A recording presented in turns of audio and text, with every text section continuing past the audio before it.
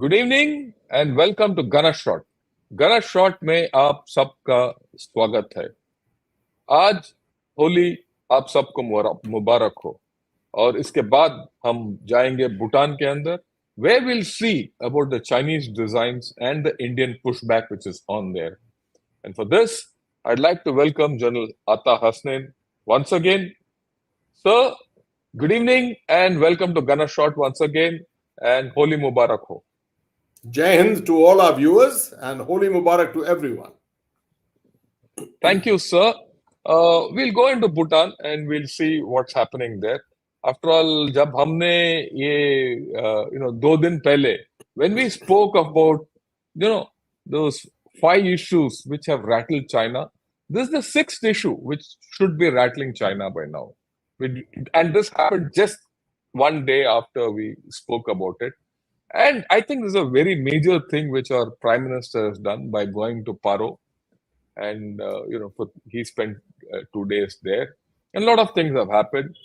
I'd like you to first explain the significance of this in the overall context before we get into Bhutan and see the nitty-gritties. So. Thank you, Jan Shankar. It's a pleasure to be with you on this program on the day of Holi today. Bhutan, first of all, my association with Bhutan, I'm happy to always tell our viewers. My father commanded the division in Vinaguri, so he was responsible for the defense of Bhutan, right? And I made a visit to Thimphu way back in 1969, I remember, and took my normal civilian briefings and things like that. And later in life, only did I realize how important it was. Bhutan is one of those countries in India's neighborhood which has stood by India through thick and thin. One of our closest, not allies, I would say, partners in the subcontinent. We stand by with our Treaty of 1949, which dictates the progress of Indo-Bhutan ties.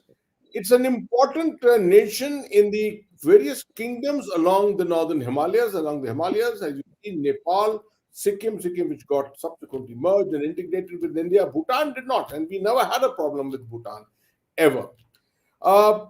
There were attempts, of course, one of the very important aspects is that China has resolved its problems, brought problems with every nation of Asia except India and Bhutan.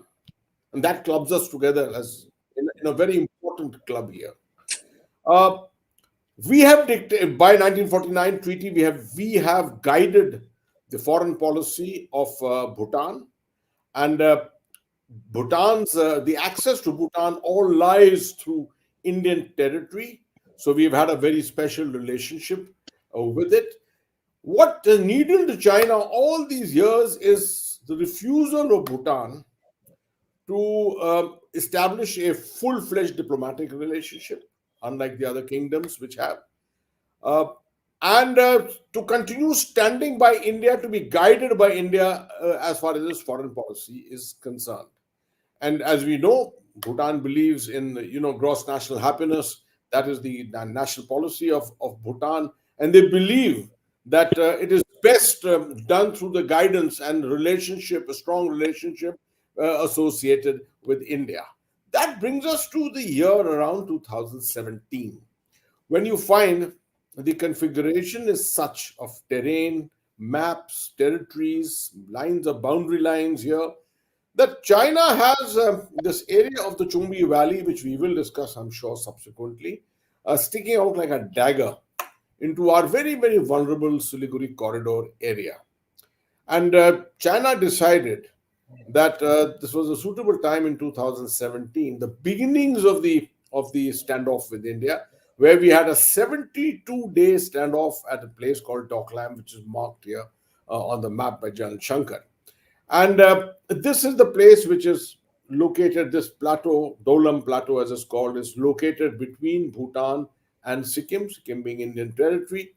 The Chinese tried to occupy certain features to achieve some kind of a tactical advantage there, which we can discuss separately. Bhutan did not relent. We had access to that area. And we also realized that it was an attempt to try and intimidate us, to get hold of territory which would give it access into our very, very vulnerable areas in the future, etc. But 72 days we stood by, and finally China had to stand down, if you remember, in the month of August, September of 2017. Ever since then, China has tried its best to bully Bhutan, to coerce Bhutan, the famous policy of wolf warrior diplomacy, to coerce to Bhutan with it. But Bhutan has not relented. Many of us as analysts, used to continue imagining in our mind that Bhutan would invariably relent, just like Nepal to some extent had, and that Bhutan would fall to the Chinese as a part of the BRI, the Belt and Road Initiative, etc. But the Bhutanese did not. I think, therefore, this visit which Prime Minister Modi has made, and coincidentally, the first visit he made internationally in 2014 was also to Bhutan. And the last visit of 2024, before he goes into the elections, is also to Bhutan. I think it's a very significant symbolism which is there. ये दिखाया जा रहा है कि देखिए भूटान हमारे लिए कितनी अहमियत रखता है. And therefore, to travel there to receive the award, the honor which the government of Bhutan, the royal government of Bhutan, was giving to the Prime Minister, was something which was absolutely warranted. Many things have transpired there itself. But I think the message which was going out, the strategic message, and all this that we are talking about in the last week, last 15 days, these various issues around the subcontinent which have needled China, are all about strategic messaging. There is nothing huge about making a visit somewhere, going to Arunachal Pradesh or something, but it is an effort at communication strategy, communicating your intent to a potential adversary who is attempting to needle you and bully you into thinking in the manner in which he thinks. That's the way we should look at this visit. Very, very important visit. A demonstration, a projection to the world that India will continue to stand by its neighbors. Neighborhood first is the policy that India will have, and it will ensure that China's attempts to try and strangulate India as far as its neighbors are concerned is not going to succeed. I think so. You made the right case, and that India will stand by Bhutan, and strengthen Bhutan to stand against China.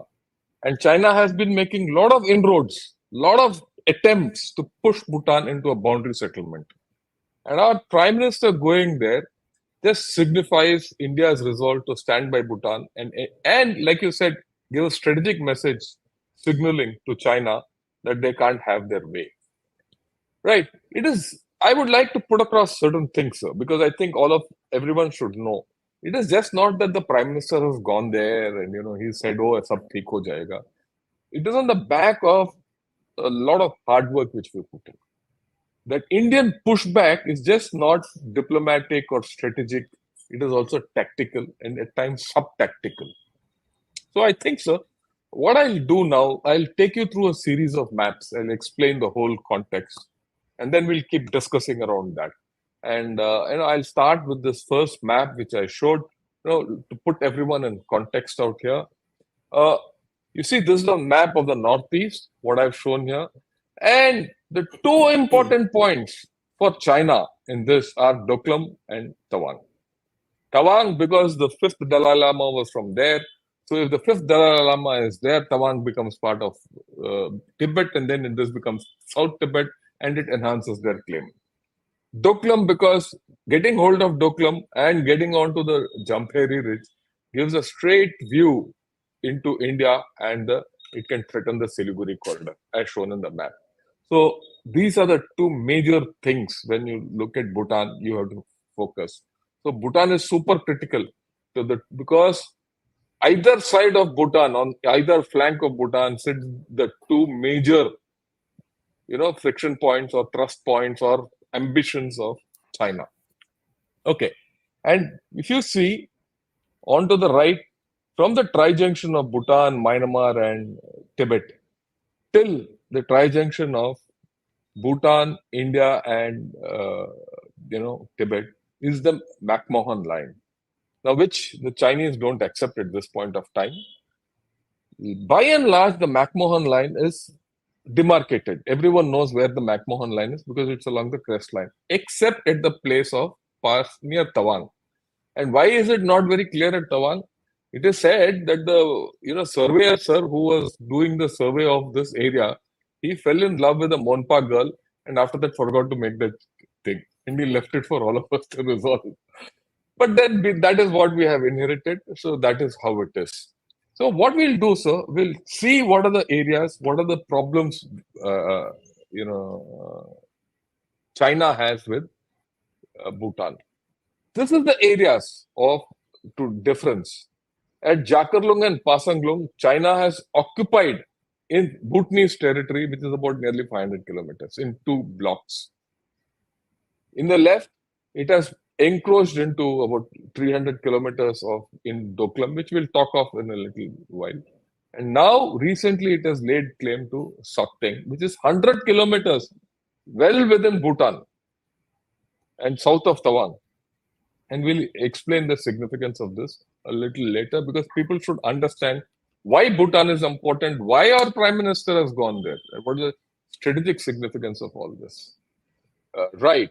Now, when you look at this thing, you find all these articles coming out where Chinese villages are being constructed at a pace which outpaces the talks. Why is it outpacing the talk? To put pressure on Bhutan.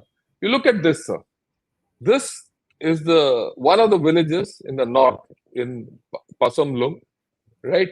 This left picture is of 2020 and the right picture of 2023. You see the amount of expansion of these villages which has taken place. Similarly, the other one at Jakarlung, this is the picture on the left in October 21, and today where it is, how big it has become.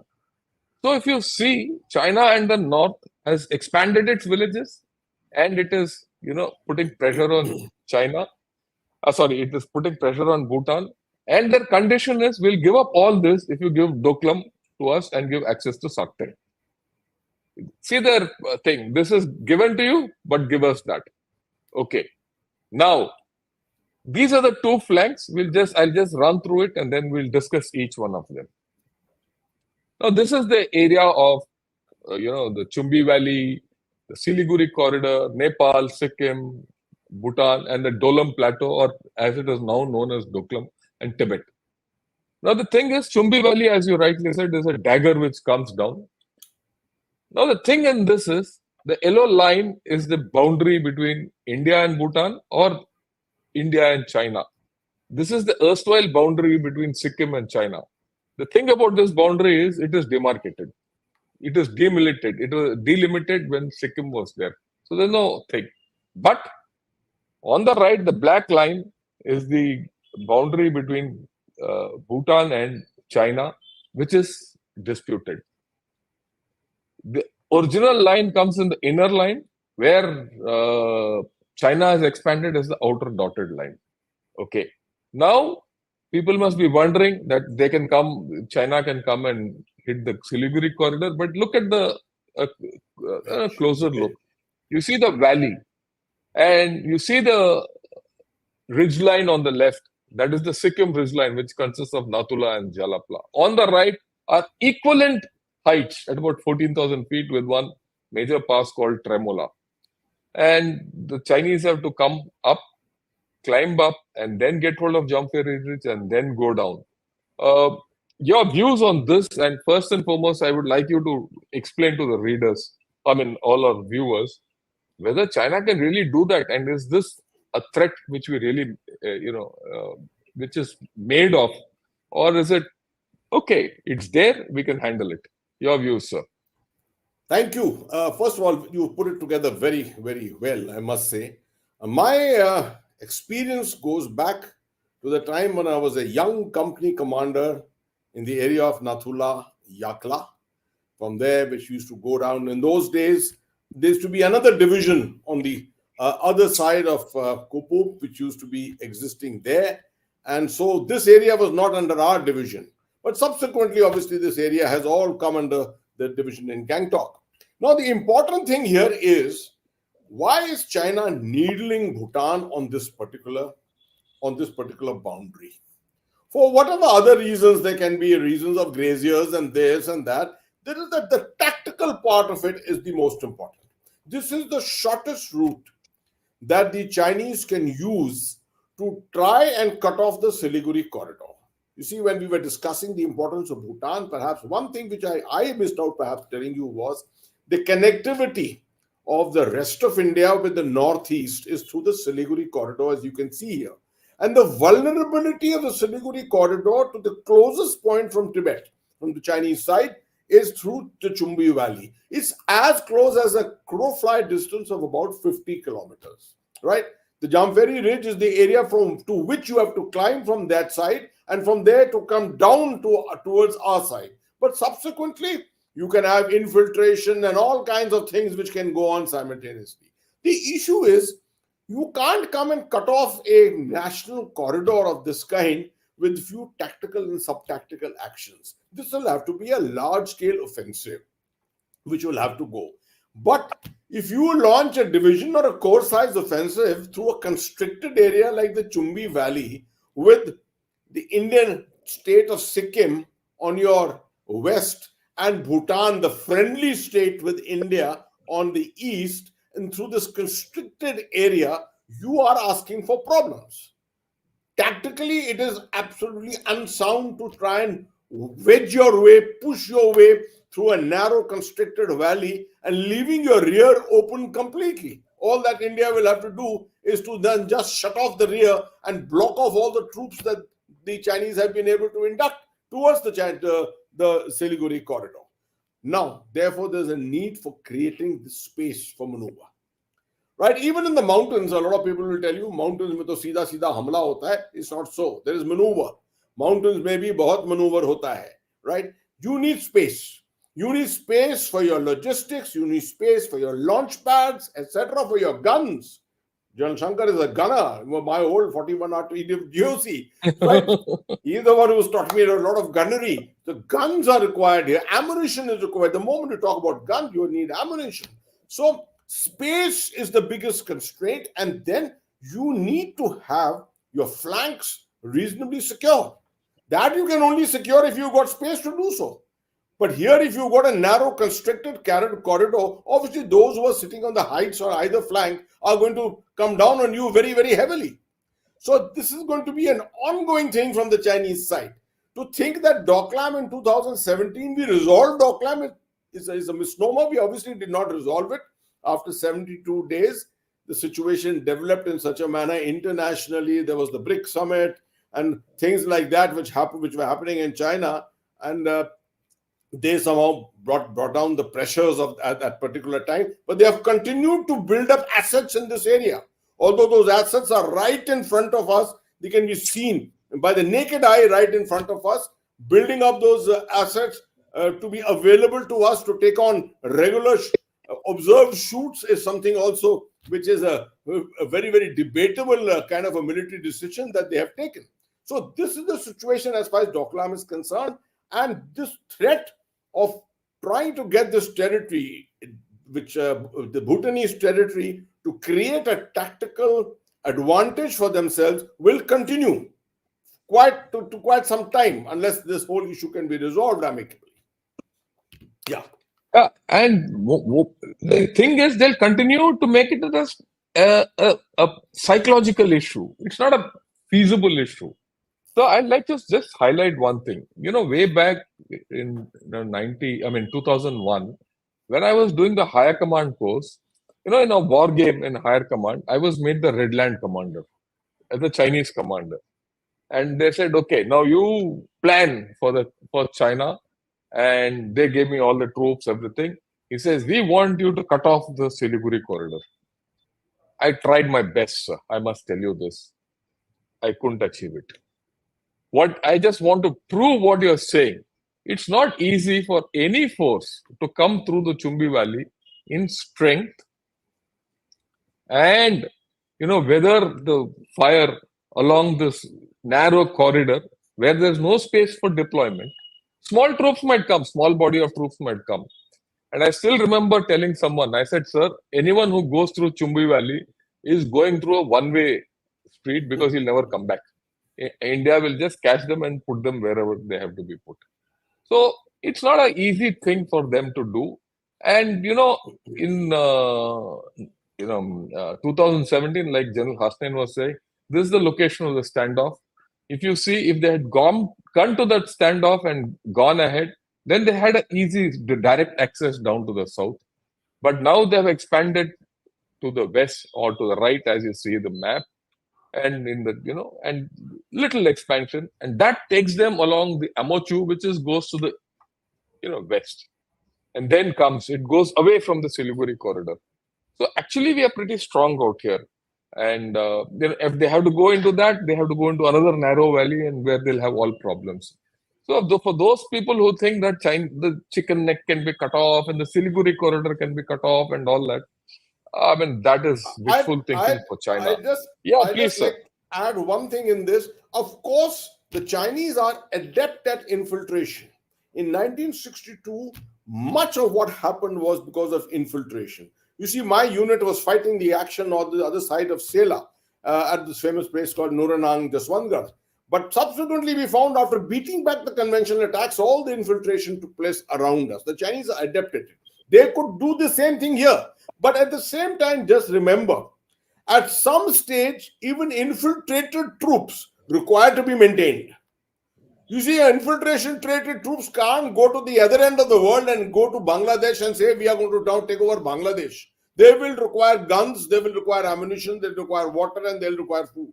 Yes, in today's environment, you can supply it with drones to some extent, but no, its force cannot be sustained forever in this manner. You have to open ground routes, and ground routes through the Chumbi Valley are near nigh impossible. Yeah. So this is where we are. Militarily, we have given great strength to Bhutan. So that's the first part. Okay. Now we'll go back. We'll look at the Tawang part. Look at the Sakting Sanctuary. The Sakting Sanctuary is 100 kilometers inside Bhutan, with no road connectivity from the border, or almost negligible road connectivity, nothing. It has got no contiguity with China at all. Yet they have claimed it. And why? Because it's in the area of Tawang. This is it. China laid claim to Sakting Sanctuary. It is not, this headline is a bit of a misnomer with strategic eye on Doklam. It is not so. Sakting has got a deep meaning. We'll explain that. Now, this came about in 2020 when things were going hot in Eastern Ladakh. Before that, China never had a claim on Sakting.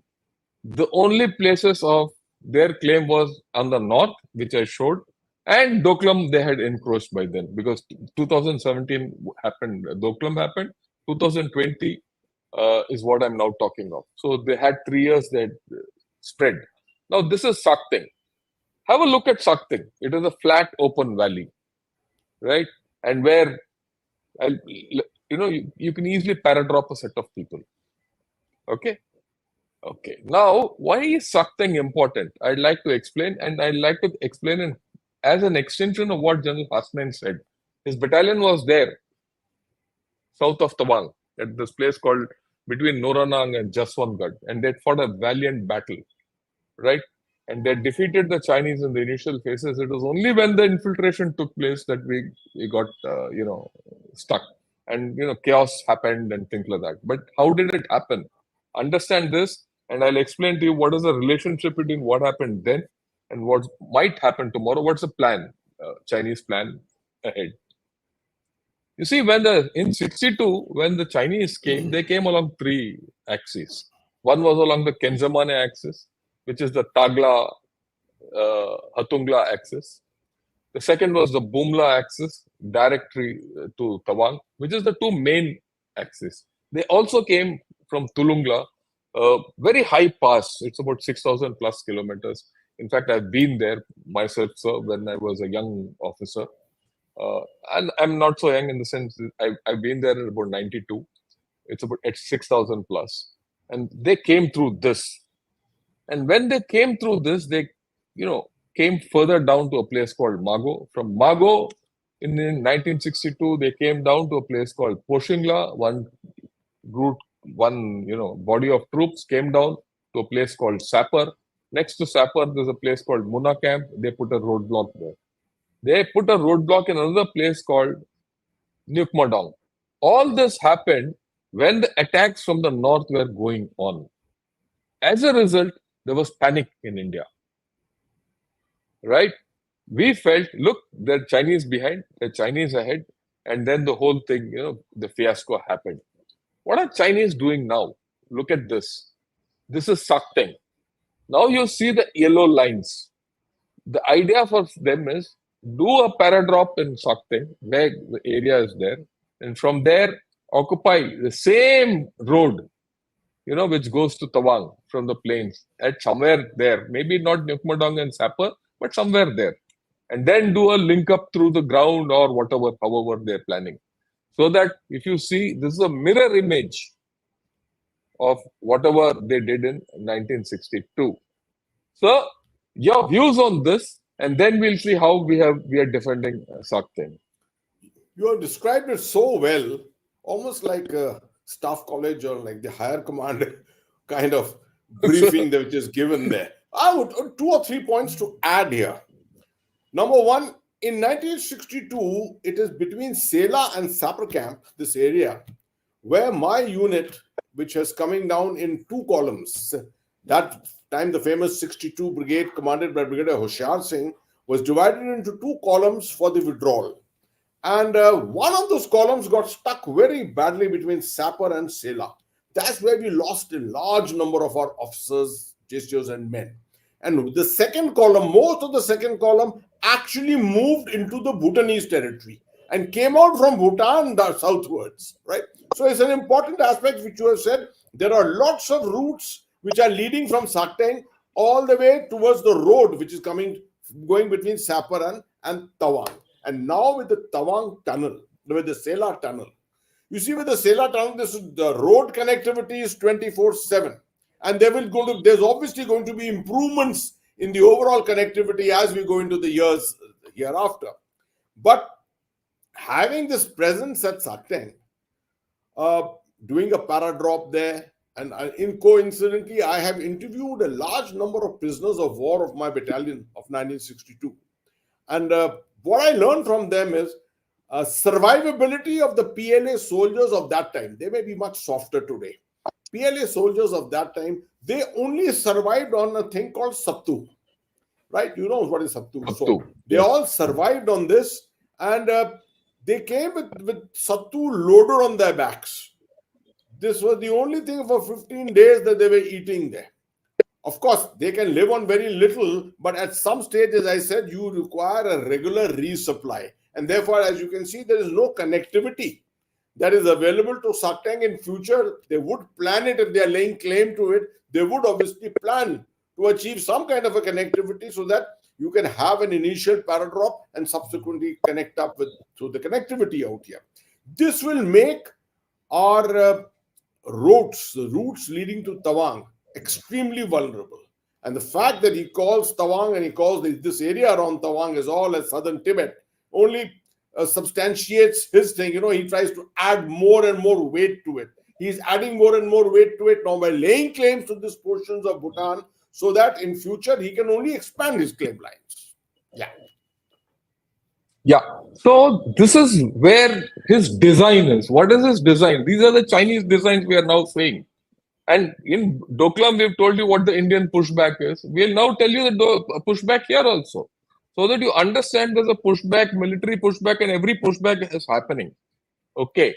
Now we'll see. The first pushback, which we have already put the cart before the horse, and we've said that, look, the Prime Minister has gone there. He's going to receive he's already received Bhutan's highest civilian award, and we've strengthened Bhutan. We've given them a lot of packages. We've also, going to strengthen their hydropower potential, all that, right? And they have a lot of hydropower potential. Okay. Now, you also have to understand, China is aggressive here, which we have been telling you from beginning. And all these clips or all these news extracts are from South China Morning Post. We are not reporting what Indian Express is telling you or what Hindu is telling you. We are telling you what China is thinking, because it's important for us to understand what China is thinking about this whole game. Okay, China has also protested about this tunnel opening, which we also said earlier. Okay, now this tunnel, we've made this tunnel, right? We've described this in the last episode when we spoke about how we have rattled, how China has rattled because of other things, and now this is the sixth issue which will rattle China. It has rattled China. We'll come to it a little later. Now we have spoken as otherwise. You see the road from the plains to Tawang and to Bomdila, that is on the LAC, and where Sela Tunnel is. Okay. Now what we have done here last year is you see this. This is the official intimation of the Gazraj Corps, which is situated in Tezpur. What did they do? They opened a firing range in this area. This is their actual. This is what we have done already 1 year back. And what is that? We have fired there.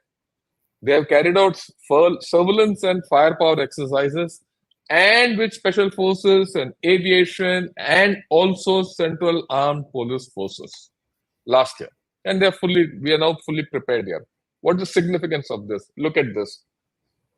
This is where I've shown the guns. This is where the guns they fired from. Earlier, we never had this. You see the red line, that's the road from, Bomdila and, plains going up to Sela. Sela tunnel is at the top. I've shown it here. Okay.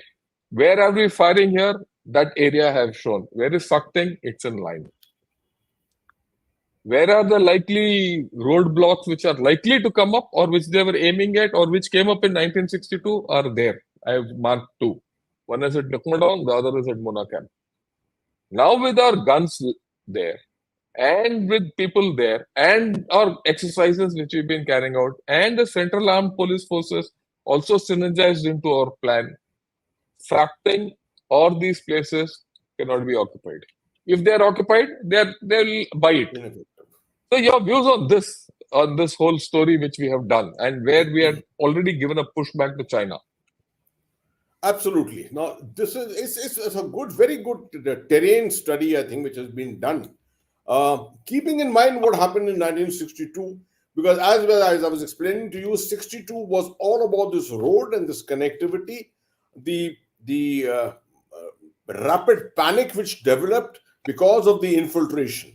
Now, that infiltration, I suspect, is something which is going to again be one of the major aspects of Chinese strategy in the future. Therefore, preempting it, understanding what the importance of it is, and then catering for it by establishing certain bases, familiarizing yourself, establishing the basic infrastructure of roads, tracks, etc. They don't have to be highways leading to those areas. The army just needs basic roads, class 9 roads, perhaps class 18 roads leading up to those areas where you can set up your shelters, you can set up your small camps, etc. And from where you can carry out your forays if required. That is the manner in which domination is always done. You would have always heard this terminology, domination. It is very often used in the parlance of counterinsurgency and counter-terrorist operations. But in conventional operations also, remember, you are not tied down to this thread of this road leading up to the Sela Pass or the tunnel and then exiting from there. You have to look at both sides, the flanks, and particularly here, because the flanks which are coming from Bhutan, that's the flank which is the vulnerable flank here. So this is what is being looked at, and I'm sure this is only the beginning. No, this is only after the claims have been put to Sakting that they have done this kind of a thing, and this will probably build up more. As we see construction of more roads in this area, you will probably find many more steps being taken to provide flank protection, make sure that the higher hilltops, etc., are occupied not only by physical occupation, but also by ensuring that you have your antennas, your aerials, you got your radio relay in place. In the future, you'll have to cater for your drones and see your drone facilities will have to come up in these kind of areas. All this is looking at the futuristic aspect. And I'm glad that Eastern Command and 4 Corps are up and about and doing this very professionally. Yeah, and you have to understand the moment you have the ability to get guns up here. Actually, sir, in this area where I've shown the gun positions, road has come up till there Come up till there. and come up till there, and maybe it's gone a little beyond also, which I really don't know. I'm sure it would have gone up by now. And they've taken Bofors also there. They fight Bofors here. So the moment you have this kind of a ability that you can take long range guns here, right? And now you see Sakting, which is on one flank, you can get to that. On the other side also, you'll be able to fire. 40 kilometers is a big thing. You can now fire on the other side of the road, north of the road, if there's any incursion from there. Or men can go, or infantry can go, and actually, block people at Sakting itself. Because they will come if the Chinese do come and do an airborne operation and all that. First and foremost, if they do it now, they'll get shot out of the air itself. That's a thing, the way we are going about things. That we should be very clear. Even if they do establish a base out there, everything, our infantry can go and block them. And we will have the complete ability to fire with and support them with our artillery, which the Chinese won't have. I would add one thing here, Jan Shankar. You see, this is where one is reminded about communication strategy, which I spoke about in the beginning. Lots of actions that we are taking and demonstration. The Chinese are adapted it, as you are aware. They adopted this 1993 doctrine of war under informationized conditions, which has led from one thing to the other. And you see, even at the height of April-May 2020, the demonstrations that the PLA was carrying out in depth behind Eastern Ladakh, 100 kilometers behind, firing demonstrations, drills, mock drills being conducted, few things here and there, moving around, drones moving, etc. They thought that this cannot cow down the Indians. They see as a huge kind of a demonstration of technology, etc. Now is the time. I'm glad we have done some of it. But we need to do this, I think, more professionally and project it to the world. We are not behind. We are not behind in any way. In 4 years' time, since 2020, we have made tremendous strides. And the Chinese should be very clear about it, that India has made huge strides. This thing which is worrying them of adding 10,000 troops in Eastern Ladakh is something which is obviously a flow out from this fact that they were not expecting the Indian response to be so quick after 2020. No, sir. Not only that, what I'd like you to highlight to everyone is now you have a capability of defending your rear. You have the capability of taking your troops forward 24/7 through the Sela tunnel. So actually, you have done something more. Overall, strategically, I think we have pushed the game farther away. A lot of people think that we are talking a lot of tactics and a lot of strategy online, but they do not realize that this is what is the correct projection. Two generals of the Indian Army who know these areas speaking about this is a good conveyance of our strategic message to whoever may be listening, that the Indian Army is not something which can sit back and watch things happening across the border. This thing which we are doing of the Zojila tunnel, what we have done of the Atal tunnel, what we have just done with the Sela tunnel is a huge thing. You see, tunneling in these areas is something the Chinese have been doing it for a long time, I know, but we've been sort of a little late in catching up, but we have caught up now.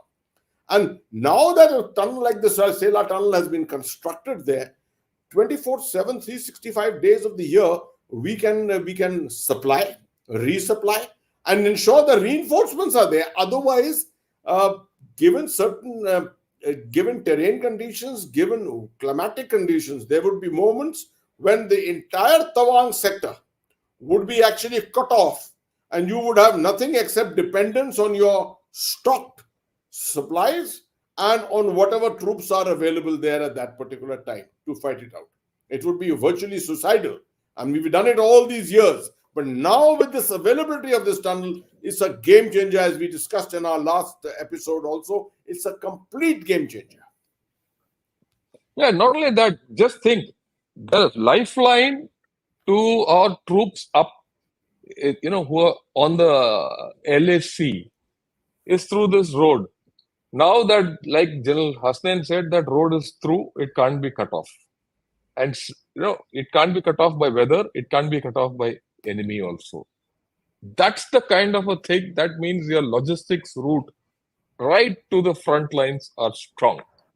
And once our men who are on the LAC are clear that they're going to be resupplied with ammunition, everything, then the Chinese can take a walk and they can take a walk the other side. That's the way I've looked at it. And I've walked on most of these routes, sir, and I know how well trained our men would be now. When I did it, I'm talking of 30 years back, but now things would have changed because a lot of infrastructure has come up, everything has come up. Psychologically, our viewers should know psychologically, physically, the capability of our men to undertake the kind of rigors which this terrain offers. There are not many people in this world, not many armies in this world. I doubt the PLA has that capability to sustain itself. Capability, yeah. I have no doubt, sir. I've served along the LAC. I've served in in the Eastern Ladakh area. I've served in the central sector. I've served in Sikkim, and I've served in this very area. Wherever I've seen the PLA, they have a lot left to be desired. And I think we have a tremendous advantage here. And add to this, I'll get back to what we started with, our Prime Minister's visit. And where does that lead the whole thing? And then we'll take some questions after you give a strategic wrap to this whole issue. You see, we discussed the 5 issues which could be rattling the PLA and the Chinese leadership, etc. At that time, of course, we also included the maritime zone, and we looked at the continental area. We explained it in fair depth. I will bring in a small reminder to that. Remember the fact that the Chinese are comfortable in the mountains, high up in the high Himalayas. The Tibetan plateau on the other side is flat, open, rolling country. Their logistics is not a major problem. They can come in, they brought in the railways, etc. over a period of time. Therefore, for them, it is simpler to do anything militarily here. For us, it's a major challenge because this side, the Himalayas, offer much more difficult terrain, rocky, outcropped all over the place, constructing roads, etc. The only advantage we really have is the advantage that the Air Force has got of having all its airfields at much lower altitudes. But come down into the domain of the maritime areas, it is there that India has got the advantage. Keeping in mind the fact that this is the Indian Ocean. Look at the peninsula jutting into the Indian Ocean. See the sea lines of communication from the Straits of Malacca near Singapore, Kuala Lumpur, and from there stretching all the way to the Gulf of Aden, going to the Red Sea or going towards the Persian Gulf. This is all under the watch of the numerous naval bases that we possess here.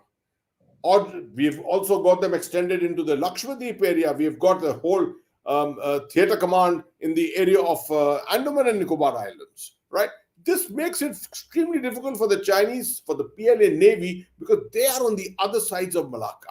They have to come from all the way from that side. You can see where Hong Kong is written. From there all the way to the Straits of Malacca, they don't have those kind of bases except maybe at Gwadar and at Djibouti. Those are the 2 areas. And we have seen what they've been able to, whatever the Indian Navy in comparison to the PLA Navy has been able to achieve in the Red Sea and off late in anti-piracy operations. The world is saying wah wah, basically, for the Indian Navy. So all this is an important aspect. In the last couple of weeks, this demonstration that we are now balancing ourselves between the north, that's the Himalayan continental belt area, the continental zone, and the maritime zone, which is where we have our advantage. We are balancing it out. we have put our focus in the Himalayas. We are not going to compromise on territory, but equally, we are going to ensure that the maritime zone remains under our control. No one is saying that this is our territory, right? We have an exclusive economic zone, and that's about all. The rest of it is international waters.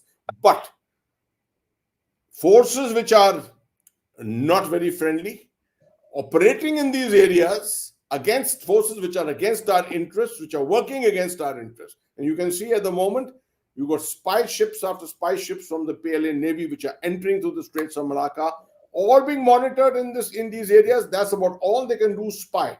They cannot be effective from an executive naval angle, right?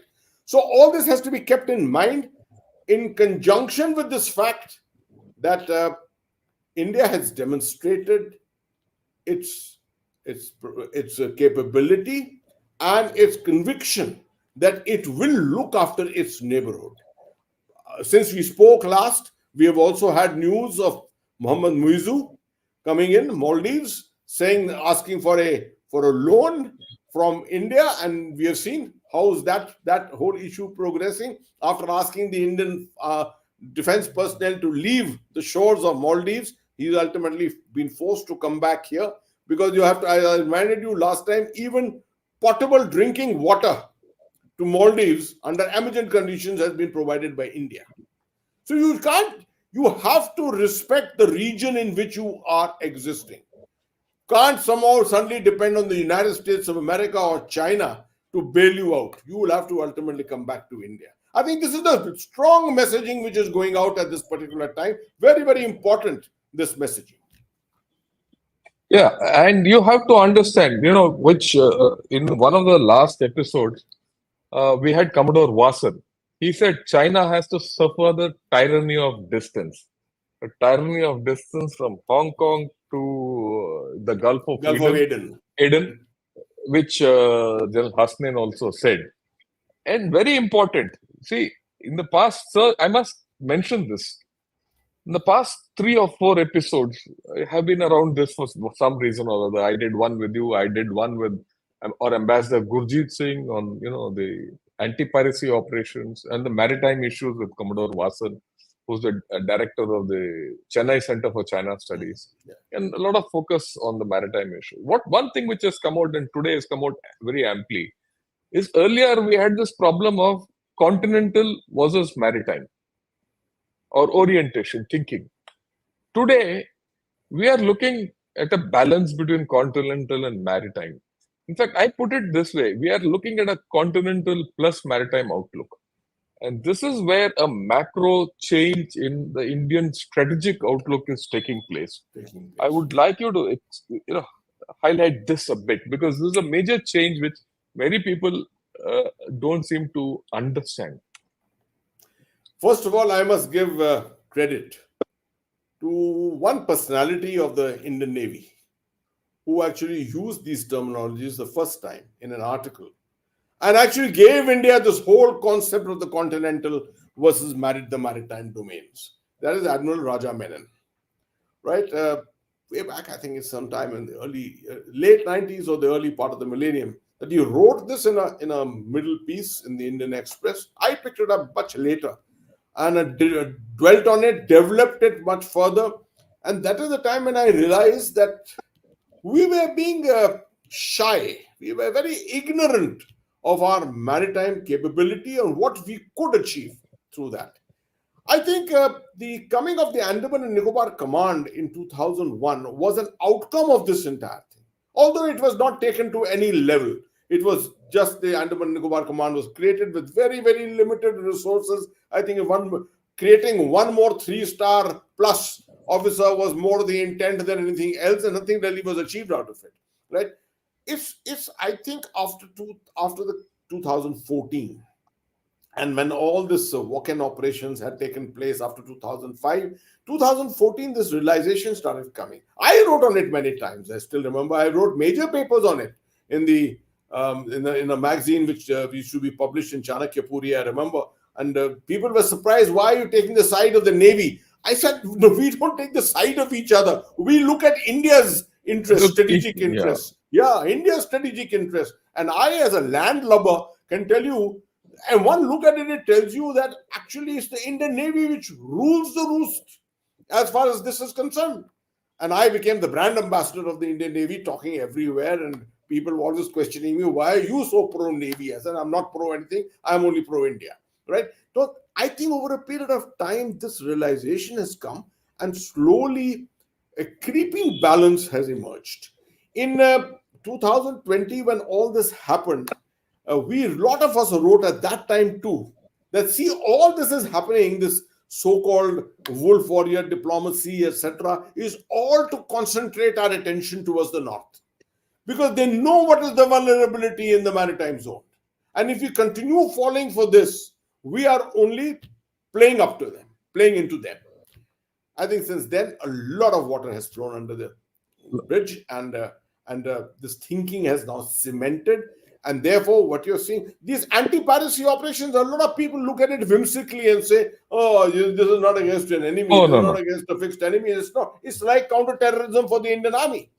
You see, if I have had experience of years and years of doing it in Kashmir, I know that those units which have experienced this kind of a thing can go into battle and be very effective. Similarly, the same thing that the Navy is facing as far as anti-piracy operations are concerned. Short of huge missiles being fired at them, everything is there. They're going through all the drills. They're going through everything which is required to be done by a military force when it encounters an adversary.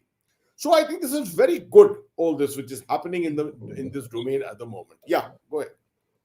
Yeah, I know. I think you made a very important point, sir. I was about to take questions, but I can't let it go. The important point which you made, which I remember 2 years back, I read what Xi Jinping had written. And one of the reasons why the PLA deployment at the Gulf of Aden took place, why Djibouti base was established, his whole idea was that the Navy will do, his PLA Navy will do deployments in this area. They will get operational experience, and they'll protect the sea lanes of communication, and then they will be able to go down to the next base. But now, come 2 years, 3 years later, what has happened? The PLA Navy is there in Djibouti, and it is sitting tight in Djibouti. It's not getting operational experience. It's not doing anti-piracy operations. Who's getting anti-piracy Who's doing anti-piracy operations is Indian Navy. Who's getting operational experience? It's Indian Navy, right? We are the ones who are establishing a base in Agalega. We are the ones who are establishing a base in Minicoy. We already have something at Andaman Nicobar. Who's strengthening the whole system? It's the Indian Navy.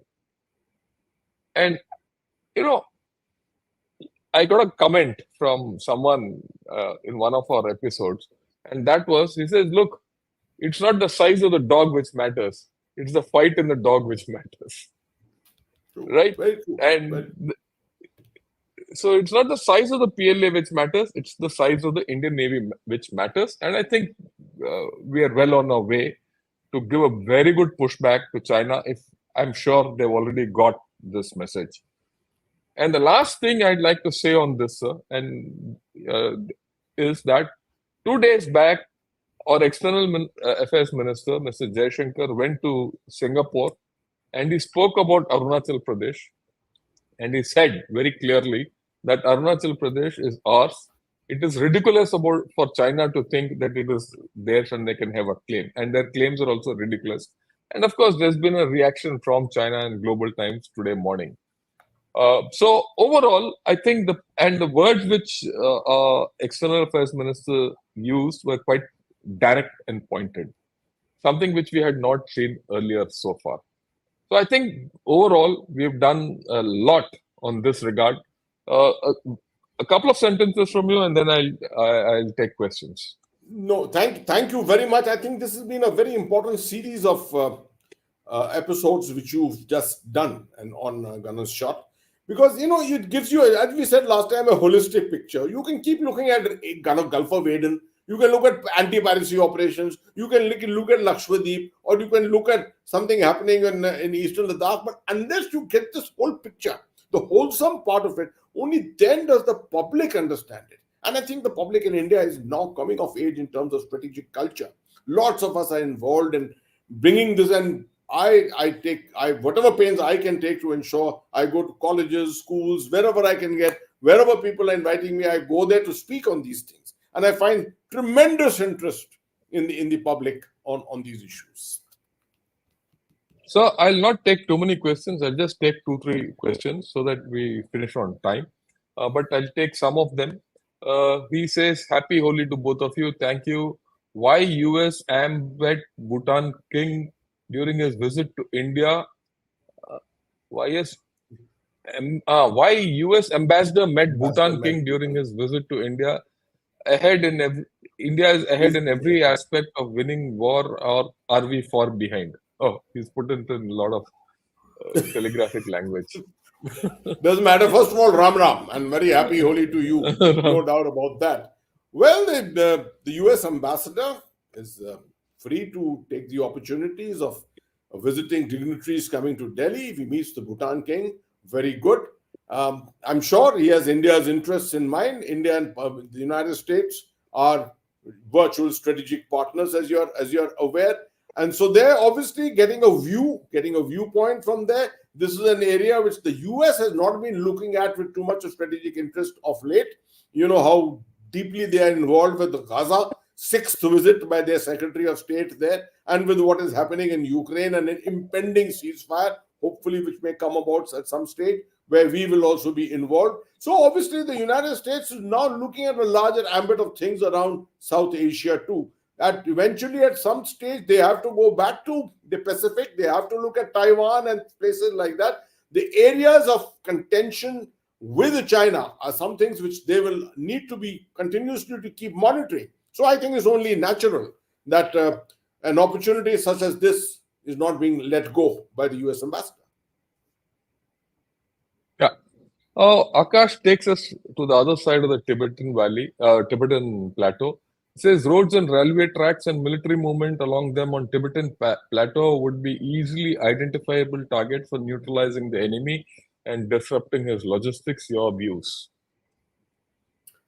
That I think the best person to answer that is Gana. But let me tell you that before that, um, yes, one thing in which China still continues to obviously enjoy a great superiority over us, where there is an element of asymmetry continuing to remain, is in the issue of missilery, long range missilery. Not necessarily, we're not looking at MIRVs and we're not looking at Agni and nuclear warheads and things like that. We're looking at conventional, right? And the Chinese have got it, right?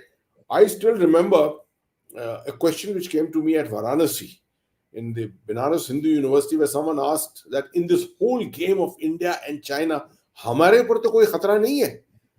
So I had to try and bring about the importance of Varanasi and remind them that there is a station called Mughal Sarai, which is right there, which all of you probably know. Mughal Sarai. It's been, I think, renamed as Deen Dayal Upadhyay something, because Deen Dayal Upadhyay ji died at that near that station. And so this is a place which is actually one of the most important junctions, east-west junctions of India. And I said, ये जगह ऐसी है जहां पर दुनिया का कोई भी जो है जो who wants to put some kind of an obstacle to India's railway traffic movement, strategic railway traffic movement, he will think of a place like Mughal Sarai. So people got very worried. Now that's exactly how you have to look at the other side. You have to look into northern Tibet, and you have to look into the strategic arteries coming into northern Tibet, and then making an access towards the southern Tibet area in the Himalayan region. And obviously, well, you see, this kind of a work is done by professionals in the army, and General Shankar knows it. He'll tell you more, perhaps, if he wishes to tell you. I don't think you should discuss this too much. No. But those areas are definitely under our surveillance. That you can be rest assured. Yeah, and that area is so open, flat, clear. The Chinese don't have an umbrella to cover themselves, and a lot of rain can come there. We leave it. What kind of rain is something different. So that is okay. This is another interesting question. So something which is, why don't we start talking about Aksai Chin, then Kailash Mansarovar and General Zorawar, and then Tibet to start some psyops, info and legal warfare of our own? I was alluding to this. I've always alluded to this somehow, right? We have been a little tardy on this because in the Indian context of war fighting, we rarely use or look at the ideas of culture. We rarely look at ideas, these extensions, uh, something on which we should be talking about more often. Forget about strategizing. Talk about it much more often. Consider the importance of these to your people, to your civilization, to you, everything. Which is one of the reasons why expeditions have gone into these areas in the past.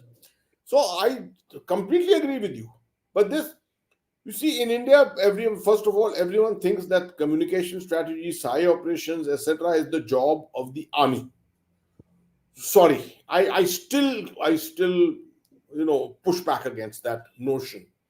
It's the job of professionals, and the army people are not professional filmmakers. They're not professional communication specialists.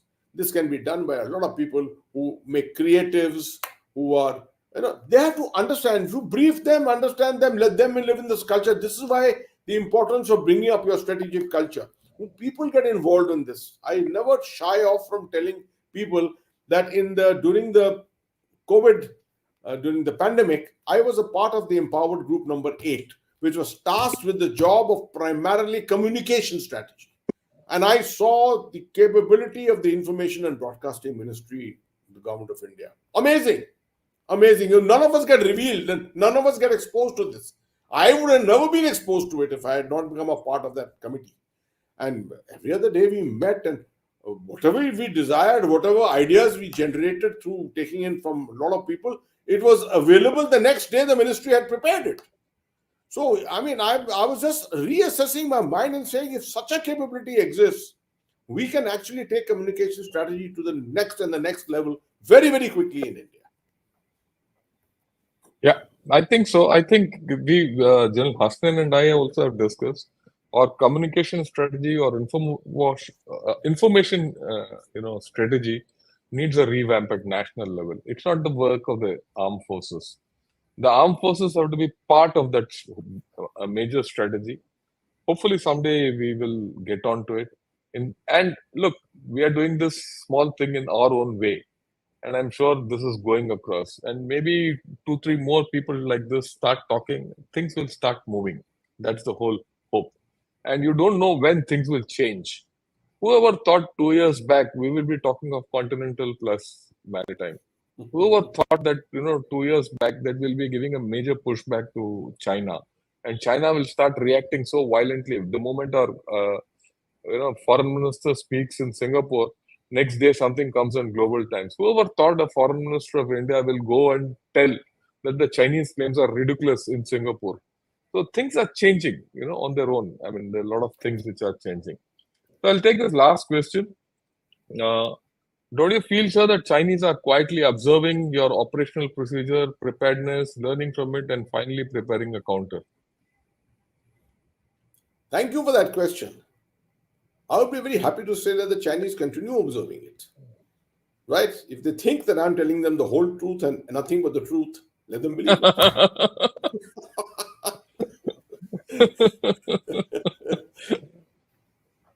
Look, ultimately, General Hasnain will watch for it. The difference, no matter what technology comes in, no matter what everything comes in, the difference between uh, two armies are the people. If the people are prepared to fight and people know how to fight and people are experienced as to how to fight, then it can't be defeated. And in this context, I think we are miles ahead of the Chinese personally. Uh, Again, put it in context. What happened between US forces and Taliban? US forces were experienced forces, very good, very, modern, all communications, everything they had, but Taliban won the day. Same thing applies here also. Only thing is we need to believe in ourselves. When I say we, the people of India need to believe in ourselves, us, the armed forces, to deliver. So your final thoughts, and then we'll close. Thank you. First of all, I think we should be coming towards the end of all these set of episodes. These have been fascinatingly educative for us to think and talk about them, recall all our experience and apply it out here. I'm sure this is not the end of it. Uh, we are just in the month of March. This is going to be a very, very interesting year as it flows out. We are seeing with the events what is happening in the United States with the battles going on on the electoral side. We're seeing what's happening in Gaza and Ukraine. In the midst of all this comes this pushback by India in the high Himalayas and in the maritime zone. Obviously, all this is part of a process which is building up a new world order, which is coming about. A lot of it has been spoken about by a lot of leading luminaries these days. I suggest continue watching these episodes, keep looking at this, keep sending your suggestions and queries. I can assure you, I personally look at every comment which comes on Gunner's Shot. These are educative, extremely educative, and they correct us many times. We correct you many times. I think that's the best approach in terms of strategic education. Yeah, the last thing, all of you, your comments are fantastic. I can see them, a lot of them. We can't answer all because it's a matter of time. But on Sunday I answer all your queries. So I would suggest if you feel that your question is good and you're not got an answer for it, just transfer it onto the comments. I'll pick it up and on the coming Sunday I'll answer all your queries. I'll go into it one by one, right? Otherwise, after all, Sunday is one day where I've dedicated only for a question answer session. That's what I do, sir, every Sunday. I just take question and answers without much of a thing. So I thank all of you who have attended this show today and for all your questions. And I'm sorry I can't take all your questions. My apologies to you. And sir, thanks a lot for joining me on this in quite an impromptu manner. I thought this was an extension of what we spoke last time. Absolutely. And on its own, it's very important that we understand why Bhutan is so important to us and why we have to hold it and why we have to hold Bhutan's hand as it faces up to China. Thanks a lot, sir. Good evening and Jai Hind to you. And thanks once again, sir. Jai Hind to all our viewers and happy Holi once again. Thank you, sir.